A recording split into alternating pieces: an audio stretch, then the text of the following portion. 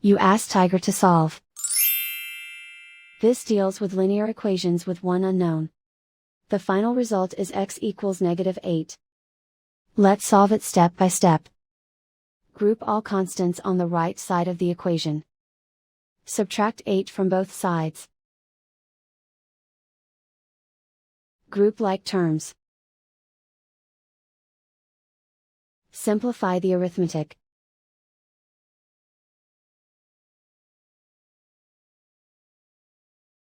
Isolate the x. Divide both sides by -2.